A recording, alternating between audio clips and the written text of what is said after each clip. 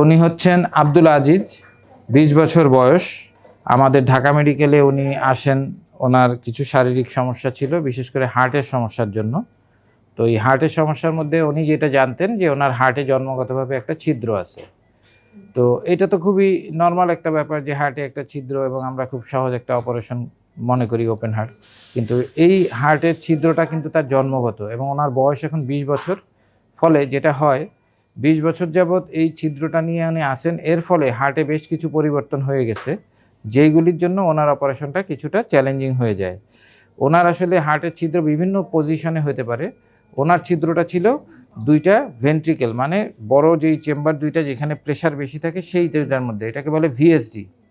সেই ভিএসডি ছিল, সাথে ওনার ফুসফুসে যেই রক্তনালীটা ফুসফুসে রক্ত প্রবাহ করে, ওইটার মুখের কাছ থেকে মাংসপিণ্ডগুলো মোটা হয়ে ওই জায়গাটাকে একদম চিকন করে দিছিল। এই রোগটাকে আমরা বলি ভিএসডি, সাথে রাইট ভেন্ট্রিকুলার আউটফ্লো অবস্ট্রাকশন অথবা ইনফান্ডিবুলার স্টেনোসিস। যেই কারণে ওনার শ্বাসকষ্ট হইতো, অল্পতেই সে হয়রান হয়ে যেত, এবং সে কর্মক্ষমতা আস্তে আস্তে কমে যাচ্ছিল। এই ইয়াং বয়সেই সে এই প্রবলেমে পড়াতে আমাদের শরণাপন্ন হয়।